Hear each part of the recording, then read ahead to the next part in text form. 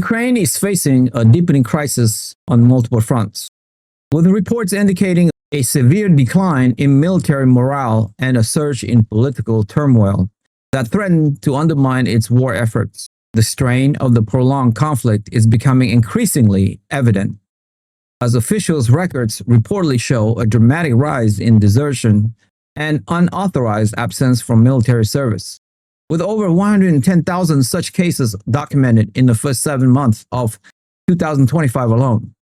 This troubling trend is compounded by harrowing accounts from the battlefield.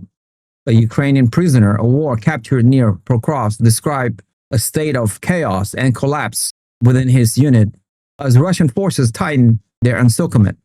He claimed that soldiers were ordered to change into civilian attire and instructed to shoot anyone, including civilians, attempting to flee the besieged city. The soldier's testimony paints a grim picture of a command structure in disarray, with his unit allegedly abandoned by their guide without any support or plans for extraction. This account, set against the backdrop of relentless Russian advances under the cover of fog and strained supply lines, suggests that Ukrainian forces in critical sectors like the Pokrovsk, Myrnohrad pockets are approaching a breaking point.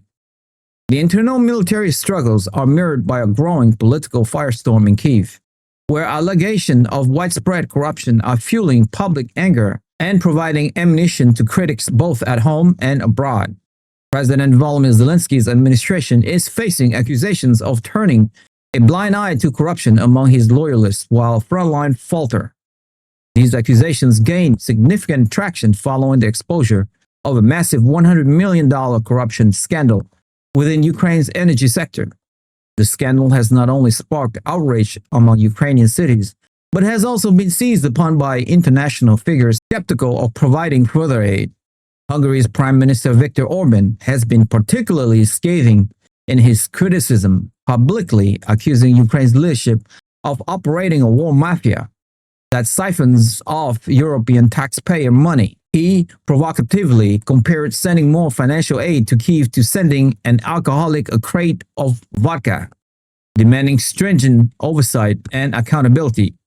Orban's blunt comments reflect growing unease within the European Union, where deep divisions are emerging over the long-term financial and military support for Ukraine's war effort and its potential path to EU accession.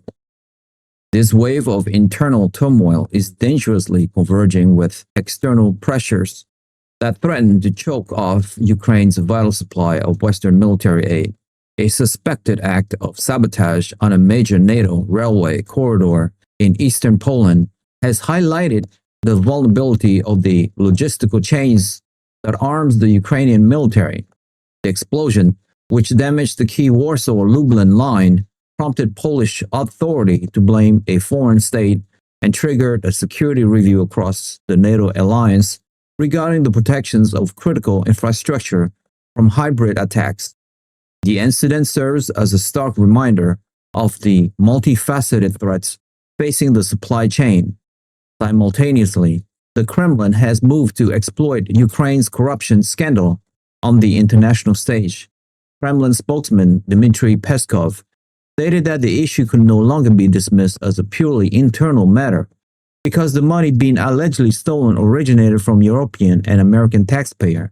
He asserted that foreign citizens should be deeply concerned about the misuse of billions of dollars sent to support the war. This narrative is finding fertile ground in some parts of Europe, where public sentiment is shifting. During a recent visit to Madrid, President Zelensky was met with protests, even as he secured an €817 million military aid pledge from Spain. Activists chanted anti-war and anti-NATO slogans, accusing the Ukrainian leader of profiting from the conflict and demanding a peaceful resolution with Russia. The confluence of these military, political, and logistical challenges is culminating in a severe financial crisis for Ukraine, as its European partners struggle to find a unified path forward. The European Union's ambitious proposal to raise €140 billion for Ukraine by leveraging frozen Russian assets has officially collapsed. The plan was derailed after Belgium raised serious legal and financial risk warning, which led to a broader revolt among member states. Slovakia further complicates matters by rejecting any participation if the funds were to be used for military spending, effectively leaving Brussels with no viable way to proceed. Internal EU documents reveal growing alarms that alternative options, such as joint borrowing or direct contributions from national budgets, would be politically toxic and economically unfeasible. This impasse comes at a critical time, with the International Monetary Fund warning that Kyiv requires at least $65 billion to cover its budget deficit through 2027, with Russia threatening severe consequences for any seizure of its assets and Ukraine teetering on the edge of a financial precipice. The divisions within the EU are deepening, casting a long shadow over the future of Western support for Kyiv. The series of scandals and setbacks has led to large protests in the Ukrainian capital, where frustrated citizens are increasingly venting their anger at the country's leadership. If you have made it this far, congratulations, you have unlocked the truth. I want to ask you a quick question though.